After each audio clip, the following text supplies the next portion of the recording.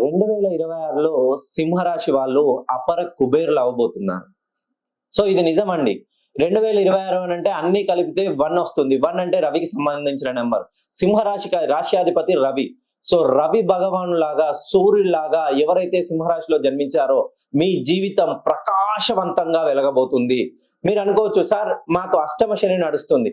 ఎప్పుడైతే జనవరి 10లో కుంభరాశి నుండి శని భగవానుడు మీనంలోకి వస్తున్నాడు.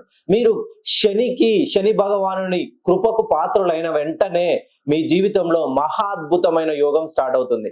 ఎవరైతే సింహరాశికి చెందిన వారు ఉన్నారో ఈ 2026లో విదేశీ ప్రయత్నం కోసం చూస్తున్నవారు, విదేశాల్లో ఉద్యోగం కోల్పోయి నూతన ఉద్యోగం చేస్తున్నవారు, మీరు చేస్తున్న ఉద్యోగంలో మీకు చాలని జీతంతో, లేకపోతే మీకు రావాల్సిన ప్రమోషన్ రాలేక ఇబ్బందులు పడుతున్న వాళ్ళు, మీరిచ్చిన డబ్బులు తిరిగి రాలేక, మీరు చేస్తున్న ఉద్యోగంలో ఎటువంటి సమస్యలున్నా ఒక్కసారి మీ పేరులోని సంఖ్యాబలం సెట్ చేయండి.